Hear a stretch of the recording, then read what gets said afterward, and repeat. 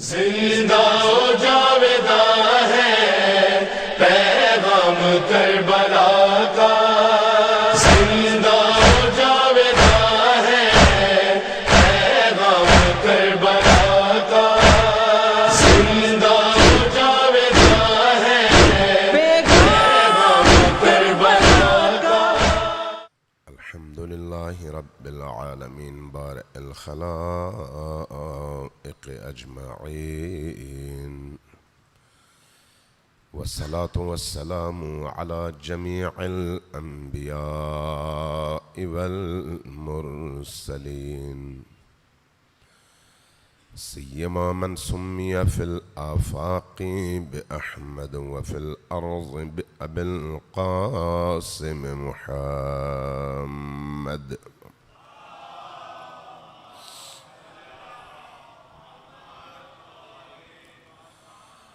والصلاة والسلام على أولاده الطيبين الطاهرين المعصومين الميامين، واللعنة الدائمة على أعدائهم أجمعين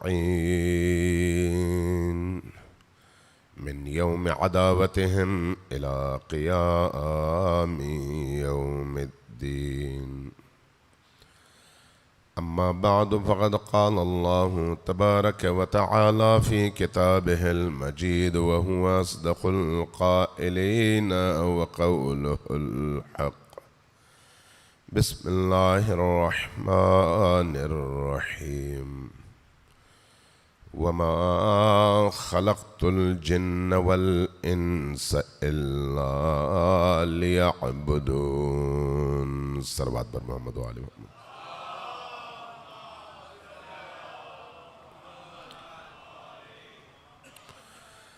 اللہ تبارک و تعالیٰ ان ایام میں آپ کی اس عزاداری کو، آپ کی عبودیت کو، آپ کی بندگی کو اپنی بارگاہ میں شرف قبولیت عطا فرمائے۔ ایک دفعہ پھر ذرا اونچی آواز سے صلوات بھیجیے بر محمد و آل محمد۔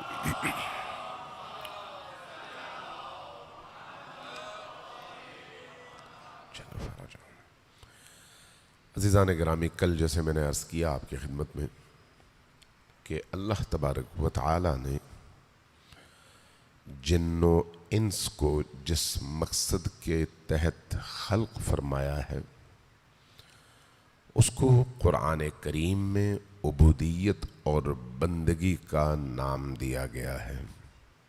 یعنی انسان کی اور جنات کی تخلیق کی وجہ عبودیت ہے، بندگی ہے۔ بندگی کیا ہوتی ہے؟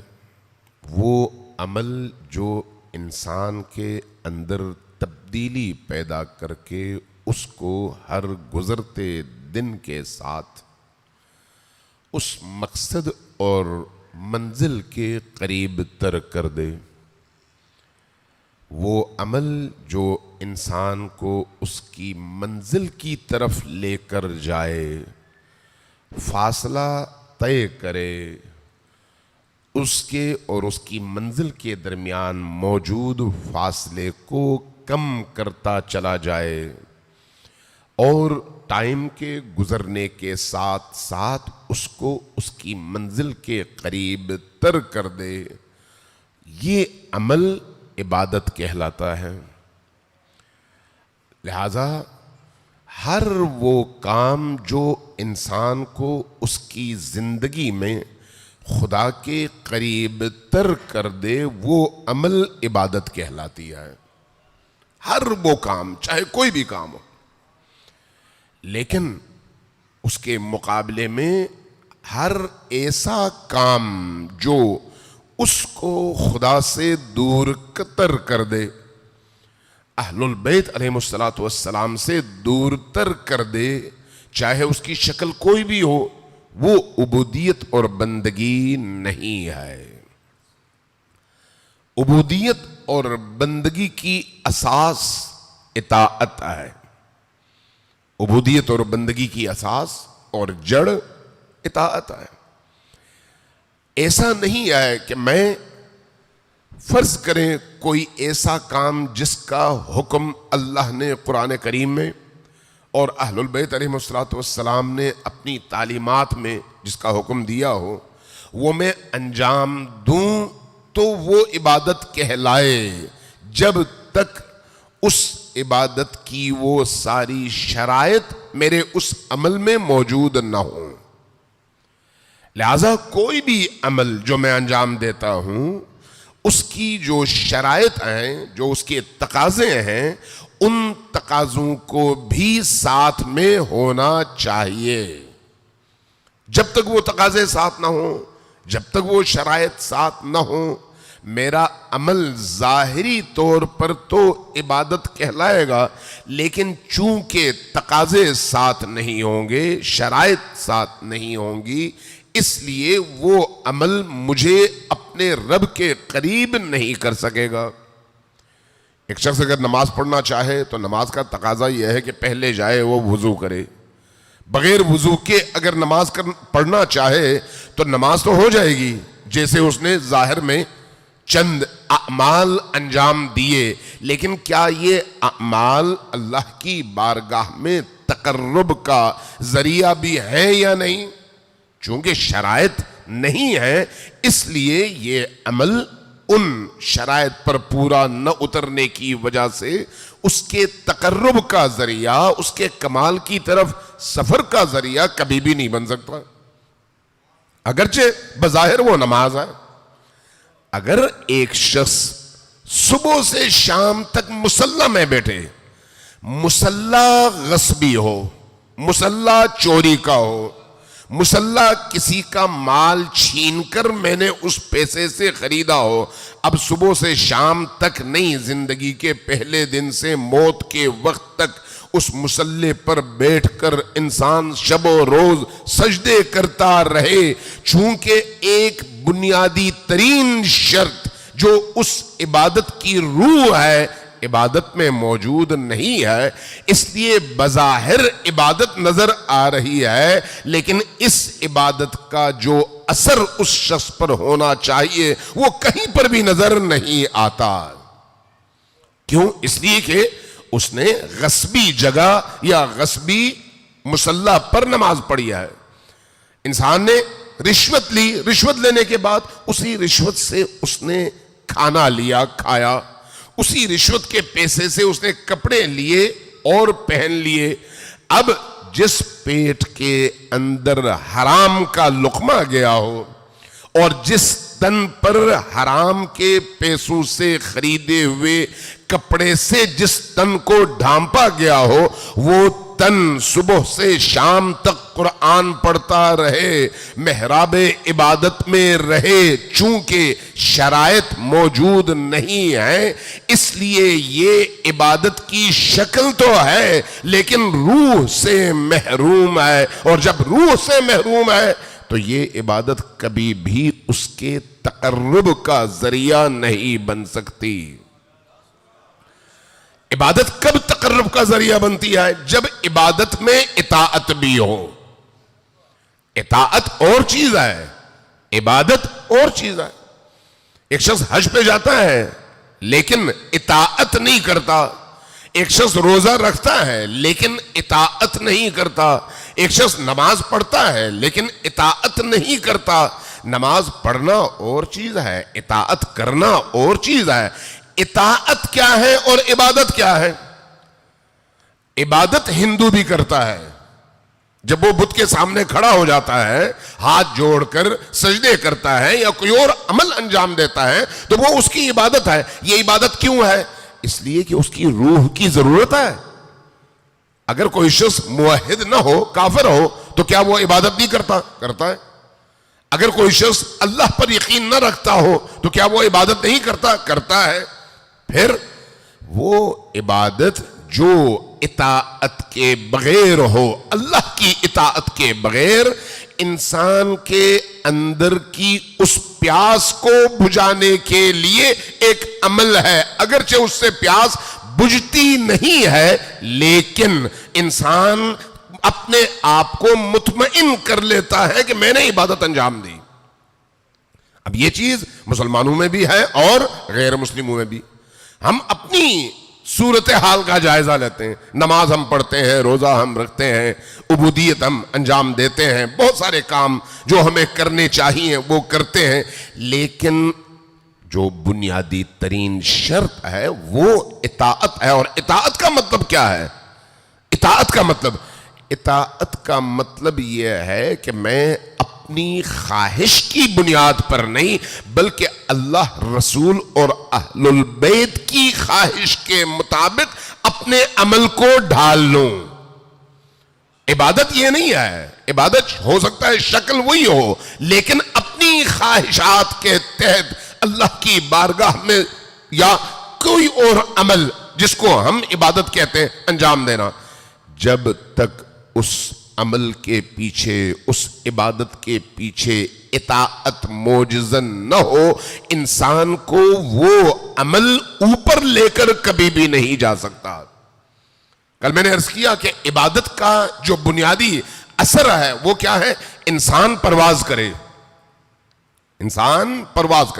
مثلا حدیث ہے, اور وہ حدیث آپ نے سنی ہے کہ نوافل یعنی شب کے آخری حصے میں جو انسان تہجد کی نماز پڑھتا ہے, یہ نوافل انسان کو اس مقام تک لے جا سکتے ہیں. یعنی پوٹینشل نوافل میں موجود ہے. ایسا نہیں ہے کہ نوافل میں گنجائش نہ ہو. سوال یہ ہے کہ میں نے اس کے تقاضوں کے مطابق وہ عمل انجام دیا ہے یا نہیں دیا. سوال یہ ہے. نوافل میں یہ پوٹینشل موجود ہے کہ انسان کو ولایت کے اس مقام تک پہنچا دے کہ وہ انسان جب کسی کام کے ارادے سے بسم اللہ الرحمن الرحیم کہے تو اس کی زبان سے نکلنے والی یہ بسم اللہ یا یہ جملہ اللہ کی طرف سے کن کی حیثیت اختیار کر لے. یہ کب ہوتا ہے؟ جب انسان اس عبودیت اور اطاعت کے نتیجے میں اس مقام تک پہنچے. کب؟ جب وہ نوافل پڑھے. آغاز نوافل کے پڑھنے سے ہوگا, لیکن نوافل کے اندر جو روح ہے, جو پوٹینشل ہے, جو استعداد ہے, اس استعداد اور خصوصیت کو اپنے اندر پیدا کرنے کے لیے خود کو مارنا پڑتا ہے. اصل جو جھگڑا ہے وہ یہاں پر شروع ہوتا ہے.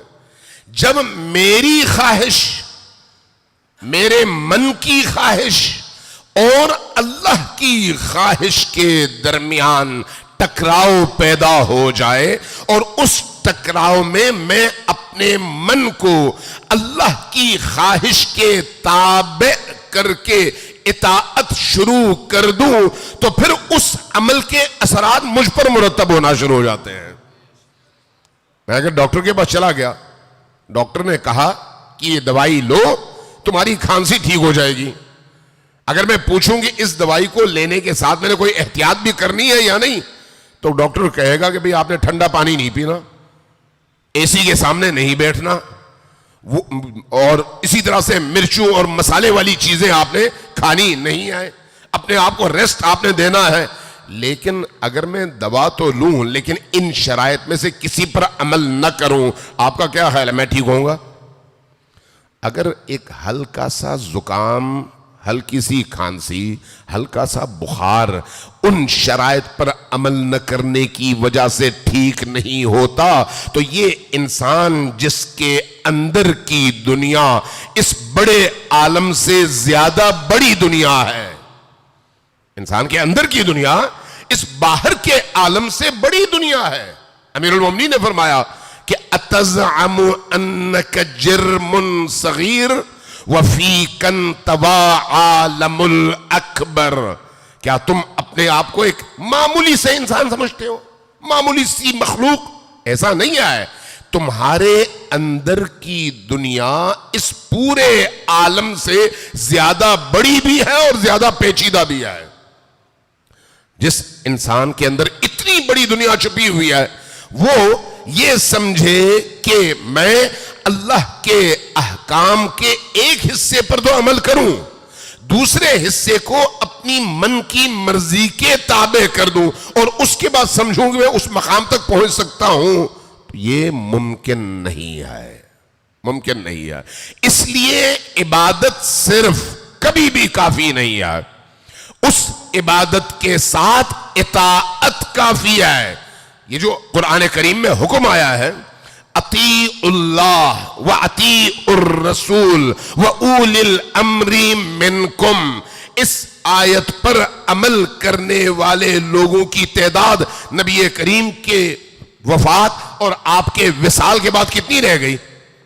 اس آیت پر عمل کرنے والے، عبادت کرنے والے تو تھے، ان عبادتوں نے ان کو مطیع نہیں بنایا، لہذا عبادت جب تک اطاعت کے ساتھ نہ ہو انسان کو آگے لے جانے کا باعث نہیں بن سکتی۔ صلوات بھیجیے بر محمد و آل محمد۔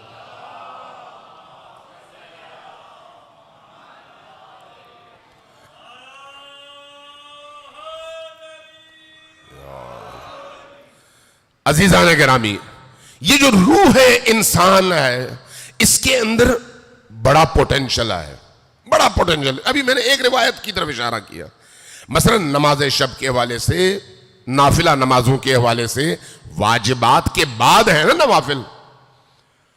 ایسا ہو سکتا ہے کہ آپ نافلہ پڑھیں اور فجر نہ پڑھیں تو آپ کو کچھ حاصل ہو؟ ممکن نہیں ہے۔ دیکھیے اسلام نے دو چیزیں آپ پر اور مجھ پر فرض کی ہوئی ہیں، ایک چیز فرض کی ہوئی ہے، دوسری چیز مستحب رکھی ہوئی ہے۔ دو اعمال ہمارے سامنے ہیں۔ جو ہم پر فرض کیا گیا ہے اس میں میرا کوئی اختیار نہیں ہے، نہ میں کمی کر سکتا ہوں، نہ زیادتی کر سکتا ہوں، نہ اضافہ کر سکتا ہوں، نہ اس میں کوئی کمی۔ اس لیے وہ میں نے ہر صورت میں انجام دینا ہے، اس کو ہم کہتے ہیں واجبات اور فرائض۔ دوسرا وہ عمل ہے جس کے کرنے کے نتیجے میں بونس کی طرح سے آپ ترقی کرتے ہیں، اور اگر نہیں کرتے تو آپ اس ترقی کے فوائد سے محروم رہتے ہیں، ان کو ہم کہتے ہیں مستحبات۔ فقہا کہتے ہیں عبادات کی تقسیم میں کہ یہ مستحب اعمال ہیں۔ اس لیے جب اعمال کا تذکرہ ہوتا ہے تو اعمال کو 5 حصوں میں تقسیم کیا جاتا ہے۔ واجب جیسے نماز ہے، روزہ ہے، زکوٰۃ ہے، خمس ہے، امر بالمعروف ہے، نہی عن المنکر ہے، تولّیٰ ہے، تبرع ہے، جہاد ہے۔ 10 وہ اوامر جن کو آپ فرائض کہتے ہیں احکام میں، اور اس کے مقابلے میں جو فرائض ہیں، فرائض کے مقابلے میں کیا ہیں؟ محرمات، یعنی وہ جو حرام ہے۔ یہ دو چیزیں پہلے درجے کی چیزیں ہیں، حرام سے بچنا اور واجب پر عمل کرنا۔ یہ ممکن نہیں ہے کہ انسان حرام سے بچے بغیر واجب پر عمل کرے اور یہ واجب اس کو کمال تک لے جائے، یہ ممکن نہیں ہے۔ اس لیے جب ایک شخص آیا امام محمد تقی علیہ السلام کی بارگاہ میں،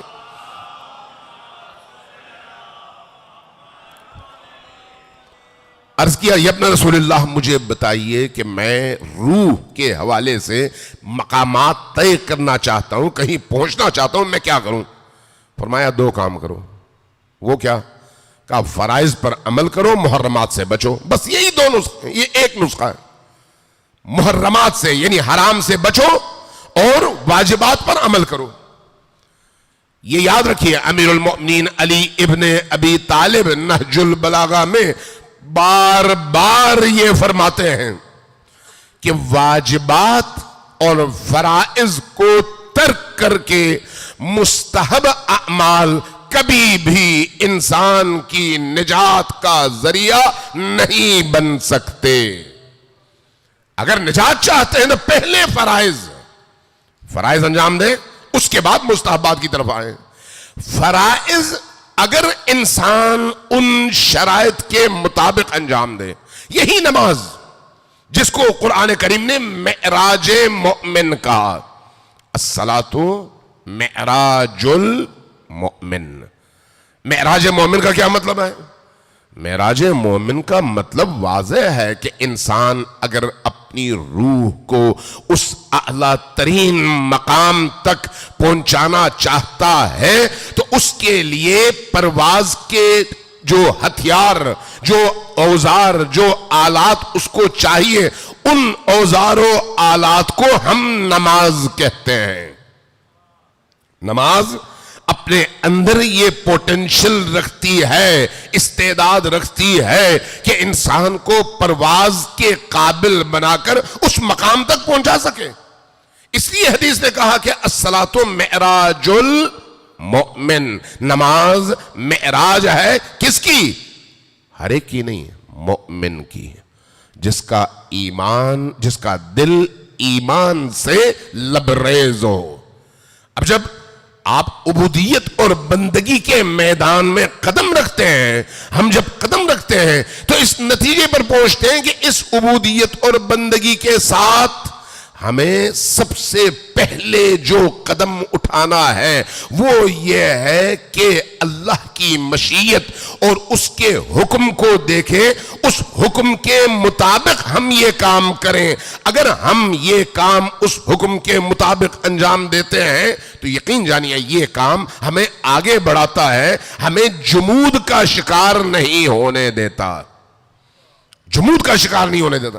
عبادت میں یہ پوٹینشل ہے, عبادت چاہے کوئی بھی ہو, کوئی بھی عبادت آپ انجام دیتے ہیں تو آپ کو آگے بڑھانے کا, اس کے اندر آگے بڑھانے کی خصوصیت اور توانائی موجود ہے.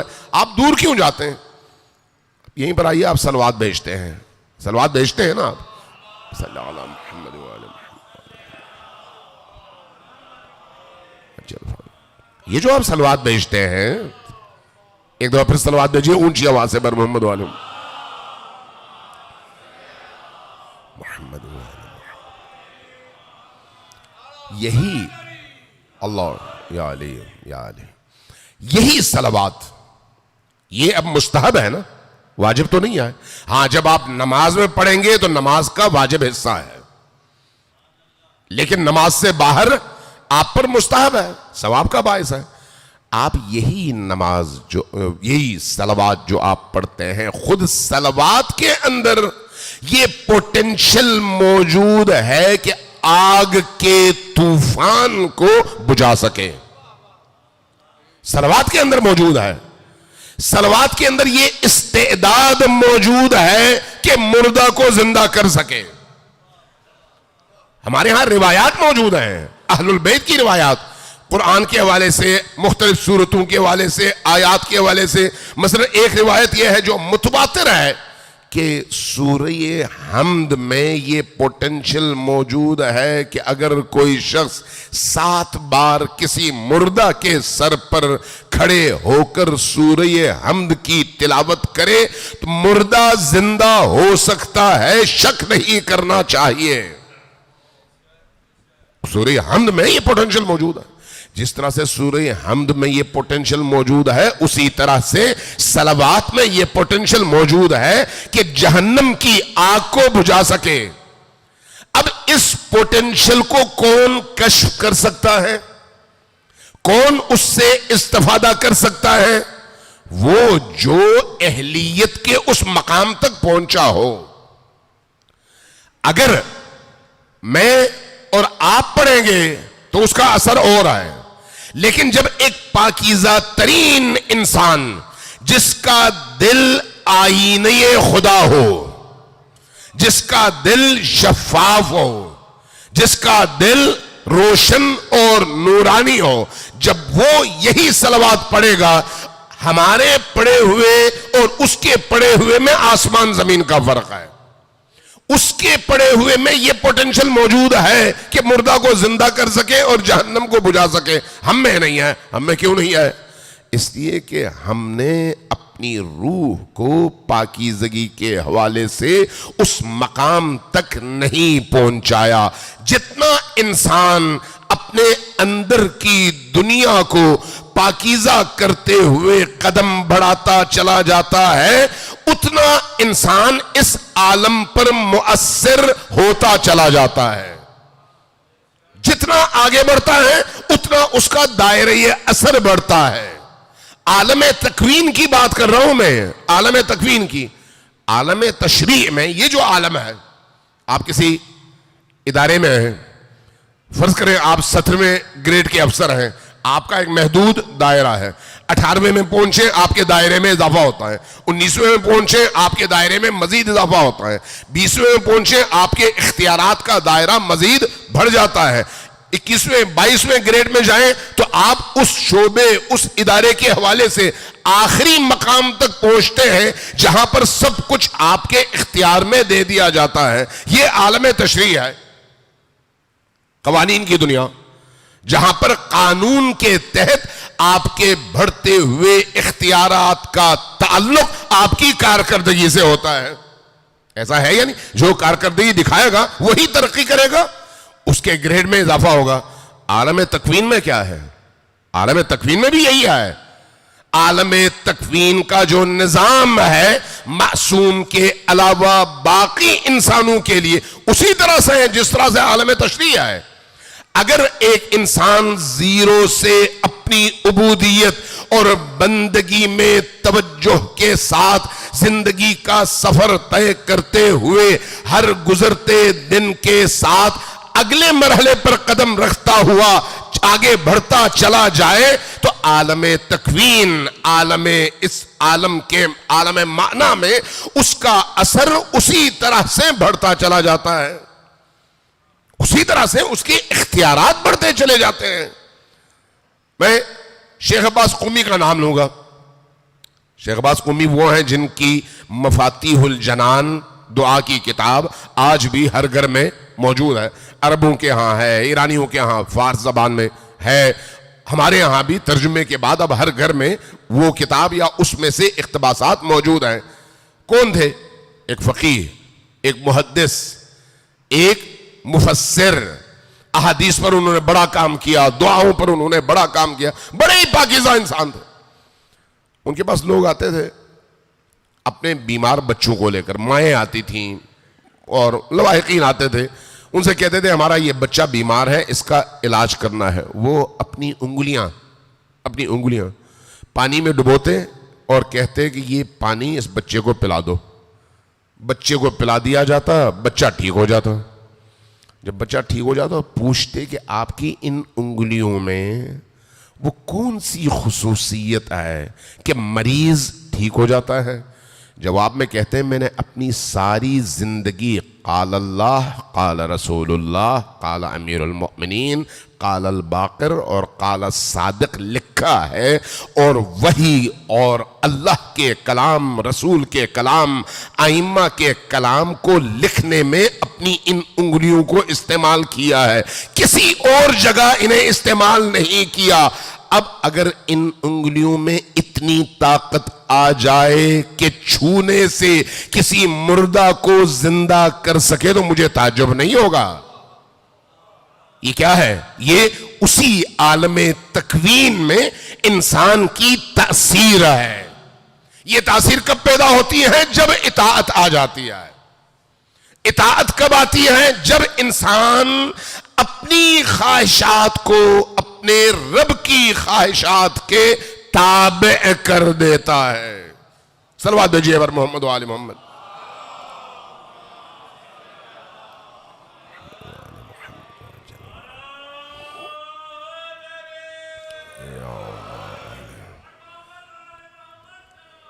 اللہم صلی علی محمد.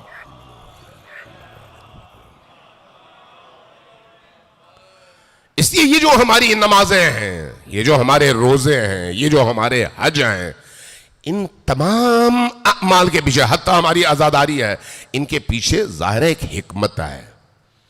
وہ حکمت وہی سے متصل ہے, چونکہ یہ عبادات ہماری اپنی وضع کردہ عبادات نہیں ہیں, بلکہ ہم سے کہا گیا ہے کہ یہ عبادت کرو.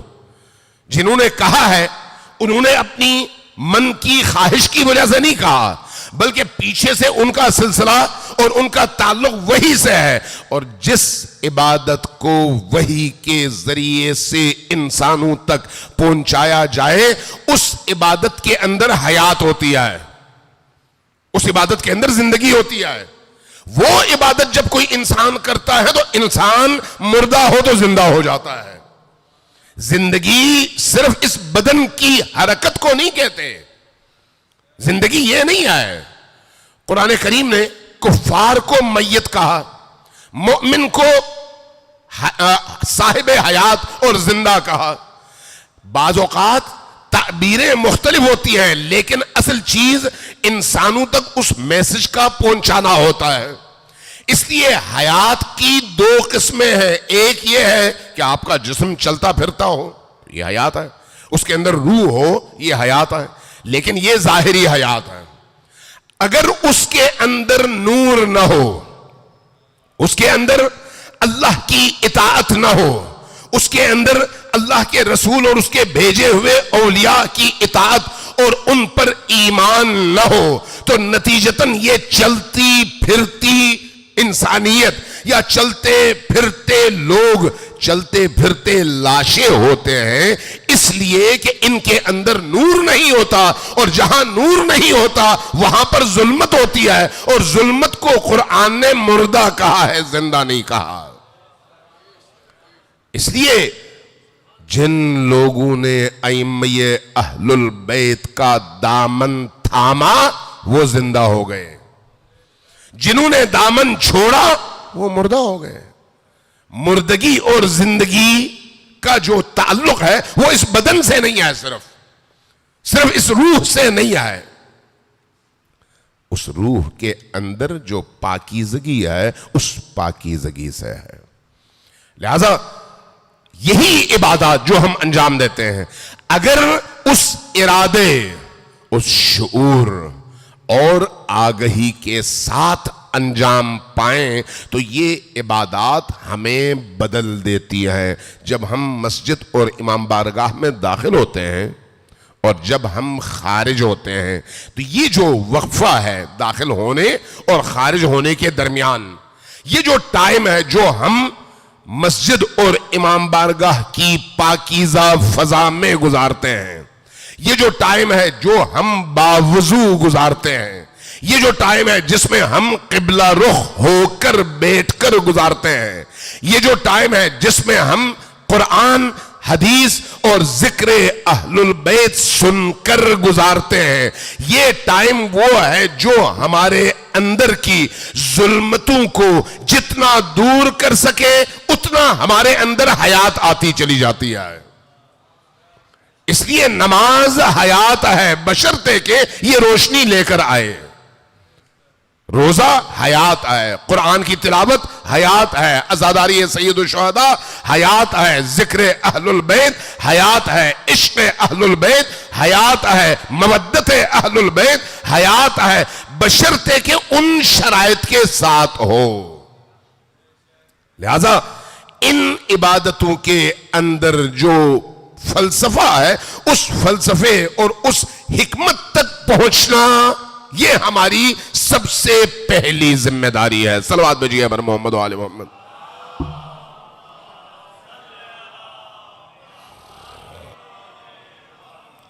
چونکہ کربلا کے ایام ہیں اس لیے میں اس حوالے سے دو چار باتیں عرض کرنا چاہوں گا. جو باقی عبادات ہیں ان کو فی الحال رکھتے ہیں ایک طرف. یہ جو ہم عزاداری کرتے ہیں، عزاداری اگر عبادت ہے اور ہے یقیناً ہے، چونکہ ائمہ نے ہمیں بتایا، چونکہ ان ذوات مقدسہ نے ہمیں اس عمل کی طرف راغب کیا جن کا تعلق وہی سے ہے، لہذا یہ عبادت ہے. جن ذوات مقدسہ نے ہمیں اس عبادت کی طرف متوجہ کیا، کیا ان کے پیش نظر کوئی ہدف، کوئی مقصد تھا یا نہیں تھا؟ اگر مقصد نہ ہو تو پھر یہ عاقل انسان سے بعید ہے کہ وہ کسی کو ایسے کام کا کہے جس کے پیچھے کوئی مقصد نہ ہو. عاقل انسان ایسا کام نہیں کرتا. کوئی بھی انسان اگر صاحب عقل ہے تو وہ بامقصد زندگی گزارتا ہے، بے مقصد نہیں. بامقصد کام کرتا ہے، بے مقصد نہیں. ہم ان کی بات کر رہے ہیں جو اس کائنات کی تخلیق کا مقصد ہے. ہم ان ہستیوں کی بات کر رہے ہیں جو ہستیاں اس پورے کائنات اور عالم کی تخلیق کا باعث ہیں. وہ جب ہم سے بات کریں گے تو ان کے سامنے، وہ جب ہمیں کوئی حکم دیں گے تو ان کے پیش نظر بہت بڑا مقصد موجود ہونا چاہیے. تو یہ عزاداری جس کے انجام دینے کے لیے، جس کو زندہ رکھنے کے لیے گزشتہ 1400 سالوں سے اتنی زیادہ زحمتیں اٹھائی گئی ہیں، قربانیاں دی گئی ہیں، ایثار کا مظاہرہ کیا گیا ہے، ہر طرح کی سختیاں برداشت کی گئی ہیں، لیکن اس کو زندہ رکھا گیا ہے۔ اور خود ائمہ کے اپنے دور میں اس عزاداری کے احیاء کے لیے ائمہ نے کسی بھی قربانی سے دریغ نہیں کیا ہے۔ تو کیا اس کا کوئی مقصد نہیں ہے؟ وہ مقصد کیا ہے؟ آیا صرف جنت جانا ہے؟ آیا صرف بہشت کا حصول ہے؟ آیا صرف ثواب کمانا ہے؟ میرا خیال ہے یہ ساری چیزیں موجود ہیں اس کے اندر، عزاداری ہے سید الشہداء میں یہ ساری چیزیں موجود ہیں، لیکن جو مقصد ہے وہ یہ نہیں ہے۔ یہ ساری چیزیں موجود ہیں، ثواب اس میں ہے، نجات اس میں ہے، جنت اس میں ہے، خوشنودی آل محمد اس میں ہے، لیکن اس کا جو بنیادی مقصد ہے وہ یہ نہیں ہے۔ بنیادی مقصد کیا ہے؟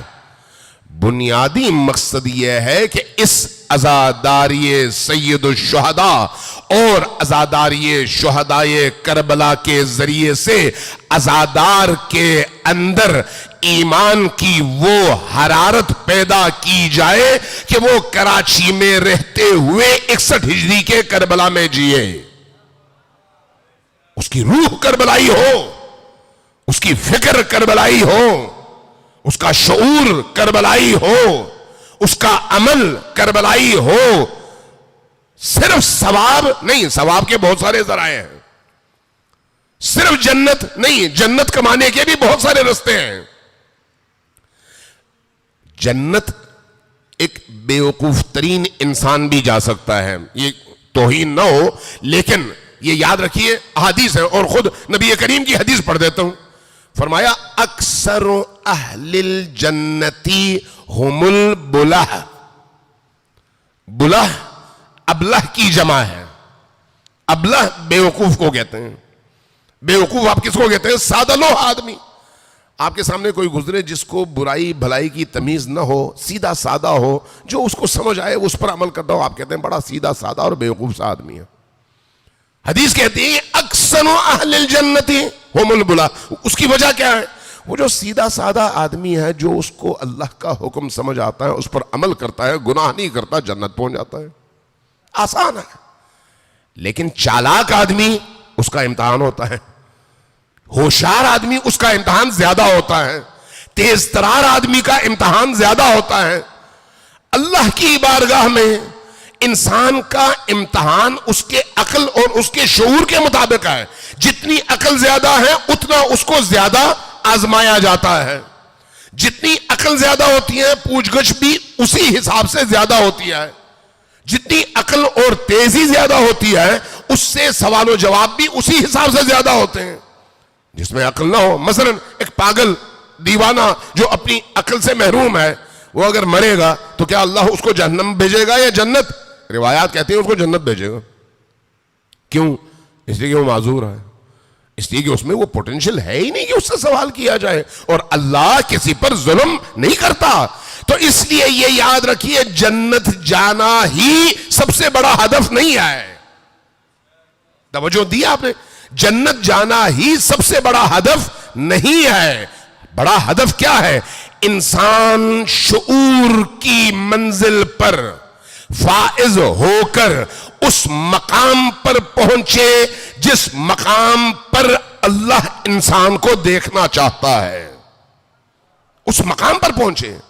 قرآن کریم میں انسان کی تخلیق کے حوالے سے متعدد آیات ہیں۔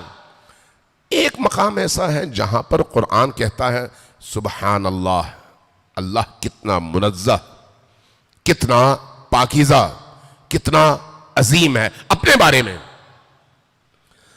تبارک اللہ احسن الخالقین۔ اگر ہم اس کو مادی دنیا میں ترجمہ کرنا چاہیں تو یہ ایسے ہی ہے جیسے آپ کسی کے کندھے پر ہاتھ رکھ کر کہہ رہے ہو کیا کہنے تم کتنی بڑی شاہکار ہو۔ اللہ اس جملے کے ذریعے سے کسی مخلوق کو نہیں، اپنے آپ کو شاباش دے رہا ہے، اپنے آپ کو. تبارک اللہ، ماشاء اللہ ماشاء اللہ، کتنا عظیم خدا ہے یہ، یا کتنا عظیم رب ہوں میں جس نے اس انسان کو خلق کیا ہے. تبارک اللہ احسن الخالقین، جس نے اس انسان کو خلق کیا وہ کتنا عظیم خدا ہے. وہ کون سا انسان ہے جس کی تخلیق پر خدا کو اتنا بڑا ناز ہے؟ وہ پاگل انسان ہے؟ وہ دیوانہ انسان ہے؟ وہ سادہ لوح انسان ہے؟ نہیں، یہ تو انسان کے سب سے نچلے درجے کی مصادیق ہیں. اعلیٰ ترین درجے کی مصداق کون ہے؟ نبی کریم صلی اللہ علیہ وآلہ وسلم.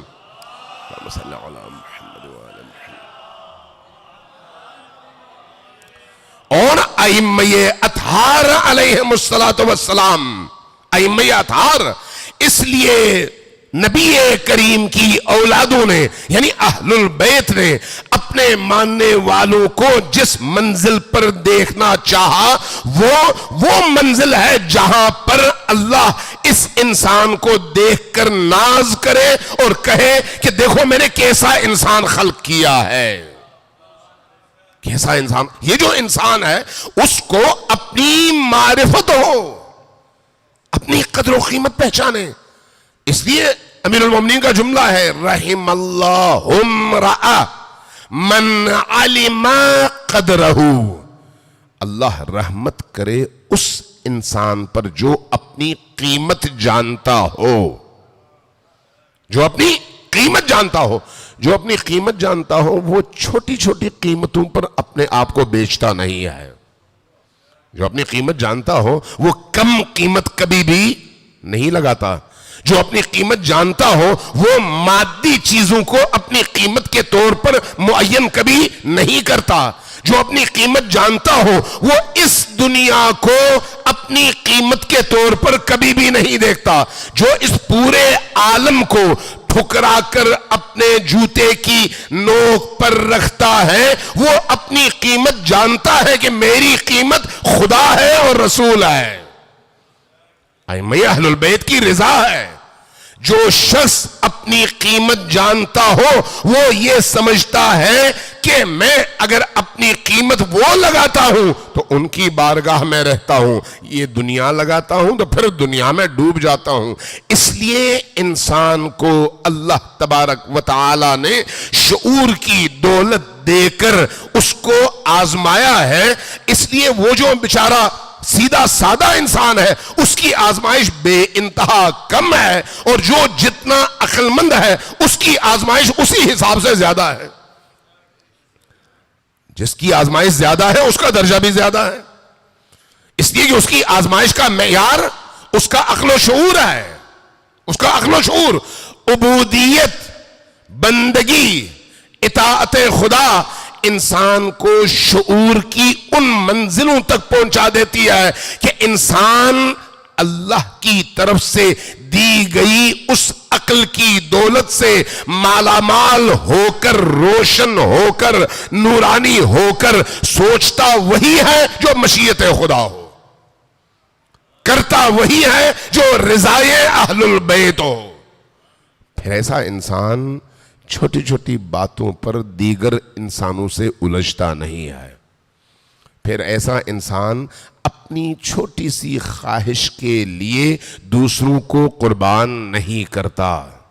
ایسا انسان چھوٹے چھوٹے مفادات کے لیے اپنی اس اخروی زندگی کو تباہ نہیں کرتا.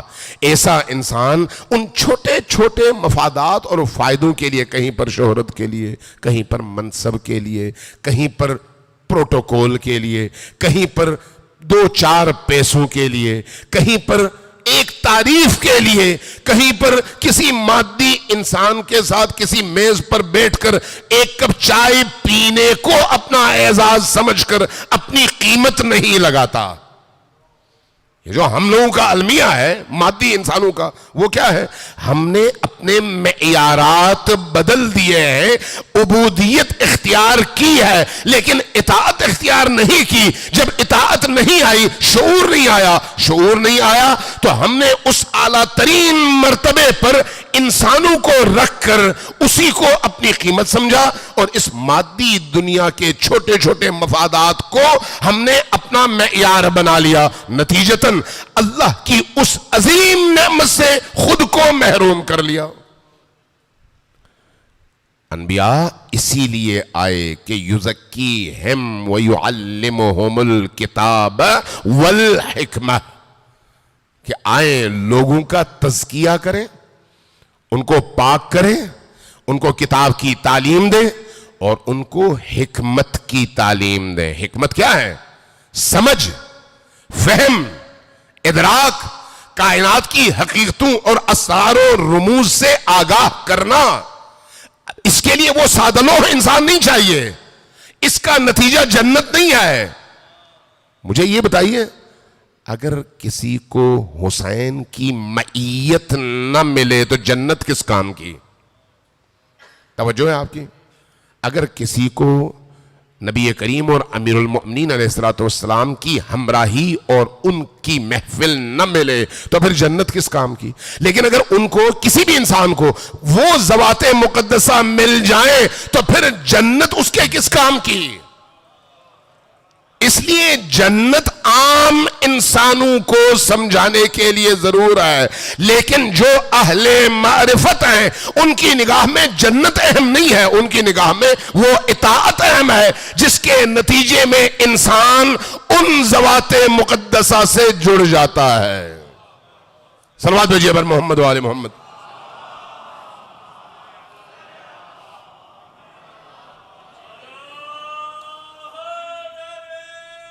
یا علی یا علی. اللہم صلی علی محمد وعلی محمد وعجل فرجہم. یہ جو ہماری عزاداری ہے، یہ جو ہمارا گریہ ہے، یہ ہمارے اندر کی دنیا کو پاکیزہ کر کے، ہمیں نورانی کر کے ان ہستیوں سے ملانے کے لیے ہے. یہ گریہ دو طرح کا ہے. ایک دفعہ انسان درد کے ساتھ گریہ کرتا ہے. درد، آپ کو چوٹ لگتی ہے، کوئی بھی بندہ، تو وہ اس چوٹ کی وجہ سے رو پڑتا ہے.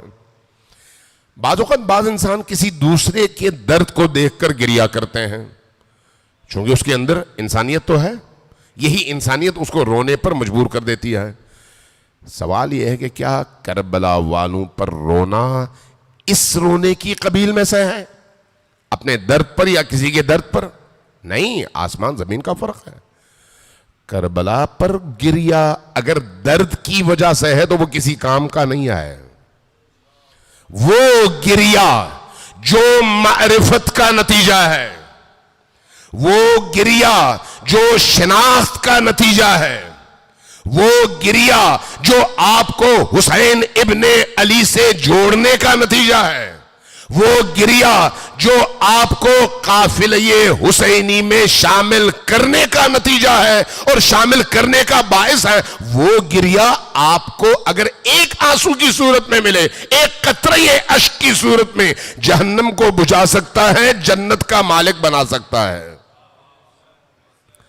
امام احمد ابن حنبل کی حدیث ہے فضائل صحابہ میں، خود وہ اہل سنت عالم ہیں اور بہت بڑے عالم ہیں. انہوں نے نقل کیا حدیث کو امام حسین علیہ السلام کے فضائل میں سے، جب مختلف چیزیں بیان کی اس میں اس حدیث کو بھی نقل کیا. کیا فرمایا کہ یہ حدیث ہم تک پہنچی ہے کہ جو شخص حسین ابن علی کے غم میں اپنی آنکھوں کو آنسوں سے نم کرتا ہے، نم، اس کی آنکھوں میں نمی آ جاتی ہے، اللہ اس پر جنت کو واجب کر دیتا ہے اور جہنم کی آگ اس پر حرام کر دیتا ہے.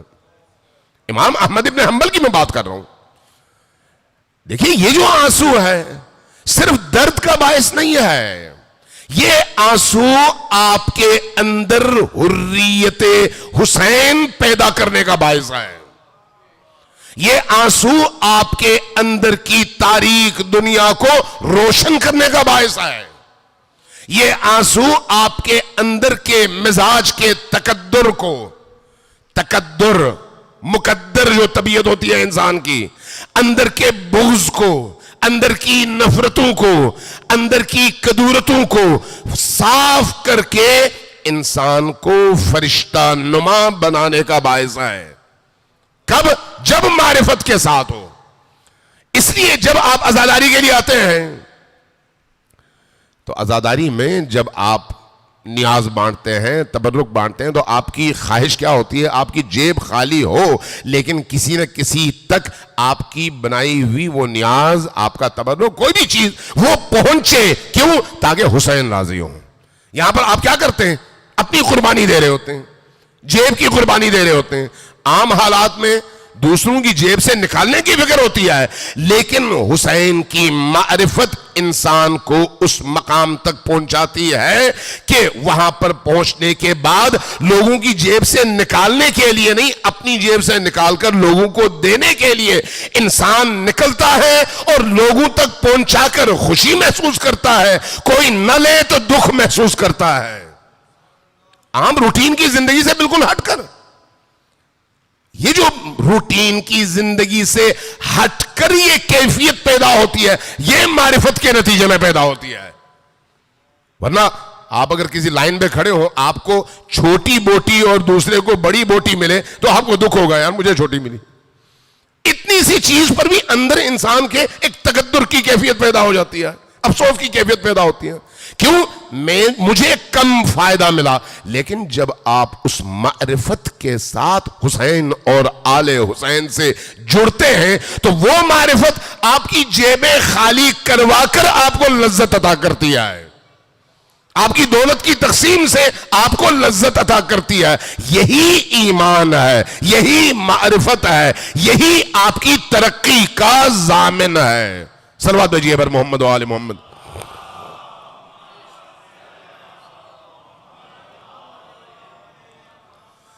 یہ ایام اسرائے اہل البیت کے ایام ہیں۔ اسرائے اہل البیت بہت مظلوم ہے، بہت ہی زیادہ مظلوم ہے۔ مخدرات عصمت اور اہل البیت علیہ السلام کے معصوم بچے، ذرا سوچئے کہ جو ظلم اہل البیت پر ہوا، کیا اس کی نظیر، اس کی مثال تاریخ انسانیت میں کہیں پر نظر آتی ہے؟ کیسے کیسے مظالم، کس پر؟ دیکھیے، جب کسی کو آپ کسی کی توہین کرتے ہیں نا، تو مارنے کی ابھی بات نہیں کر رہا، قتل کی بات نہیں کر رہا، توہین۔ ایک بچے اور ایک بڑے میں فرق یہ ہوتا ہے، جب آپ کسی بچے کو تو کہتے ہیں تو توہین محسوس نہیں ہوتی، لیکن اپنے سے دگنی عمر کے کسی بزرگ کو آپ تو کہیں تو یہ اس کی توہین محسوس ہوتی ہے۔ جو جتنا بڑا ہوتا ہے اس کی عزت اتنی ہی بڑی ہوتی ہے، جس کا درجہ جتنا کم ہوتا ہے اس کی عزت اور اس کی توقیر بھی اسی حساب سے ہوتی ہے۔ کربلا میں جن ہستیوں کی توہین ہوئی وہ اس کائنات کی روح ہستیاں تھیں، اتنی عظیم ہستیاں تھیں۔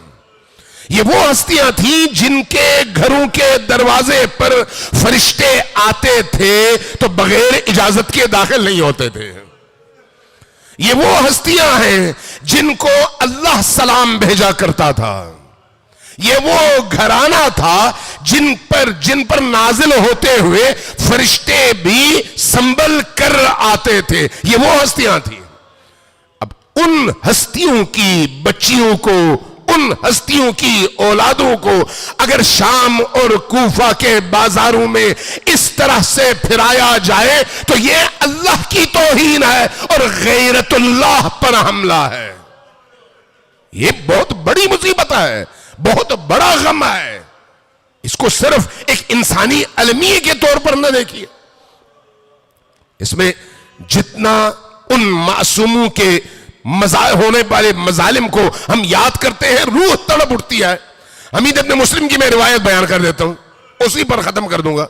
کہتا ہے کہ جب عاشور کا دن گزر گیا، خیمے لٹ گئے اور خیموں سے خواتین اور بچے صحرائے کربلا میں بکھر گئے اور خیمہائے حسینی کو لوٹا گیا اور کوئی چیز باقی نہیں بچی، تو اس اسنا میں مجھے اہل البیت کے چھوٹے چھوٹے مظلوم اور معصوم بچوں کی کیفیت دیکھ کر مجھے رونا آ رہا تھا۔ اچانک میں نے دیکھا ایک بچی پر میری نگاہ پڑی۔ بچی کو میں نے دیکھا، اس کے دامن پر آگ لگی ہوئی تھی۔ میں نے جب بچی کے دامن کو دیکھا تو تڑپا، جی چاہا کہ فوراً جاؤں آگ بجھاؤں۔ میں بھاگا، بچی نے جیسے ہی مجھے اپنے پیچھے آتے دیکھا ڈری اور روتے ہوئے تیز بھاگنے لگی۔ میں آگے سے آیا، بچی کو روکا، بچی کو روک کر فوراً اس کے دامن کی آگ بجھائی۔ جیسے ہی دامن کی آگ بجھی، بچی نے جن نگاہوں سے مجھے دیکھا تو میرا جی چاہ رہا تھا کہ زمین میں دھس جاؤں۔ وہ نگاہیں مجھ سے پوچھ رہی تھی کہ کربلا میں اب تک مارنے والے آئے تھے، جلانے والے آئے تھے، لوٹنے والے آئے تھے، تم پہلے شخص ہو جو مجھے آگ سے بچا رہا ہے۔ جب میں نے اس بچی کی نگاہوں میں یہ سوالات دیکھے تو میرا دل تڑپا۔ میں نے بچی سے پوچھا، بیٹی تم کون ہو؟ کیا جواب دیا؟ کہا کہ تمہیں نہیں معلوم، میں حسین کے سینے پر سونے والی ننھی سکینہ ہوں۔ جب میں نے یہ جواب سنا، میں نے افسوس کا اظہار کیا، بیٹی تمہارے ساتھ بہت ظلم ہوا ہے، بہت ظلم ہوا ہے۔ یہ جو تم سکینہ ہو، حسین کی بیٹی ہو، تو تمہارے رخسار سیاہ کیوں ہیں؟ تمہارے کان کی لو پھٹی ہوئی کیوں ہے؟ تمہارے کندھے اور تمہارا سر زخمی کیوں ہے؟ کہا سر اور کندھا اس لیے زخمی ہے کہ جب یہ مقنعے چھین رہے تھے تو نیزو اور اپنے تلواروں کی انیوں سے چھین رہے تھے، اس لیے زخمی ہوئے۔ کان کی لو اس لیے پھٹی ہوئی ہے کہ جب ان ظالموں نے بالیاں اتارنا چاہی تو اس زور سے کھینچی کہ کان کی لو پھٹ گئی۔ اور رخسار اس لیے سیاہ ہے کہ ان ظالموں نے اتنے تمانچے مارے ہیں، اتنے تمانچے مارے ہیں کہ رخسار سیاہ ہو گئے۔ میں نے پوچھا، بیٹی ذرا مجھے بتاؤ میں تمہاری کیا مدد کروں جس سے تمہارا غم ہلکا ہو جائے؟ میری طرف ایک عجیب نگاہ سے دیکھا اور اس کے بعد کہا کہ ذرا مجھے نجف کا راستہ بتا دو۔ میں نے پوچھا، بیٹی کیا کرو گی؟ کہا وہاں پر میرے جد امجد علی ابن ابی طالب مدفون ہے، میں جاؤں گی ان کی بارگاہ میں، شکایت کروں گی، بادا جان دیکھیے آپ کی بیٹیوں کے ساتھ کربلا میں ان مسلمانوں نے کیا سلوک کیا۔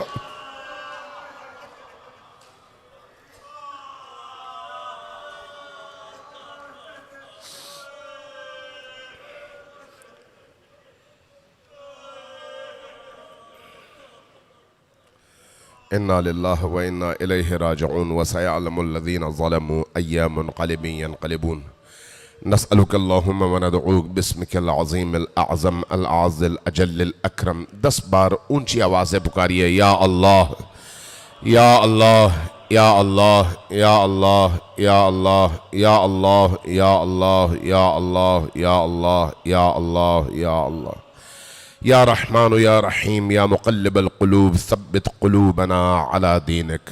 جن محافل اور مجالس میں اہل البیت علیہ السلام پر گریا ہوتا ہے، آنکھیں نم ہو جاتی ہیں، اشک بہتے ہیں، دل ٹوٹتا ہے، ان مجالس کی دعائیں بہت تیزی کے ساتھ قبول ہوتی ہیں۔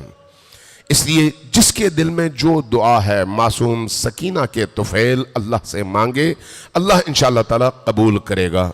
باراللہ ہم سب کے گناہوں کی مغفرت فرما، باراللہ ہماری اس عزاداری کو اپنی بارگاہ میں شرف قبولیت عطا فرما، باراللہ ان عزاداریوں کے طفیل ہمارے قلوب کو نورانی فرما، باراللہ ہمیں نگاہوں، زبان، کان، آنکھ اور قدموں اور پورے وجود کے ہر گناہ سے محفوظ فرما، باراللہ ہمارے دلوں کو نورانی فرما، باراللہ جب تک ہم جیتے ہیں محمد و آل محمد کے رستے پر استقامت سے جینے کی توفیق عطا فرما، باراللہ عشق علی و آل علی سے ہمارے قلوب کو بھر دے. بارہا علی کے دشمنوں کی نفرت سے ہمارے قلوب کو بھر دے. بارہا جب تک ہم جیتے ہیں محمد و آل محمد کے رستے پر استقامت کے ساتھ کھڑے ہونے کی توفیق عطا فرما. بارہا دشمنوں کی سازشوں اور یلغار کے مقابلے میں اہل البیت کی تعلیمات کی حفاظت کرنے کی ہمیں توفیق عطا فرما. بارہا ہمارے علماء، ہمارے خطبہ، ہمارے بزرگ، ہمارے مراجع تقلید، ہمارے مجتہدین سب کی حفاظت فرما. بارہا رہبر عالم اسلام کی محافظت فرما. بارہا امام عصر کے ظہور میں تعجیل فرما. بارہا امام عصر کے ظہور کی راہیں ہموار کرنے کی ہمیں توفیق عطا فرما. بارہا اس مجلس میں جتنے بھی صاحبان درد و غم ہیں ان کے غموں کو، ان کے دردوں کو دور فرما. بارہا جو لوگ بیمار ہیں، جن کے گھروں میں بیمار ہیں، ان تمام بیماروں کو بیمار کربلا کے طفیل شفائے عاجل و کامل عطا فرما. بارہا جو بے اولاد ہیں انہیں اولاد صالح نصیب فرما. بارہا جو مصیبت زدہ ہیں ان کی مصیبتوں کو دور فرما. بارہا جو بے روزگار ہیں ان کو حلال کی روزی عطا فرما.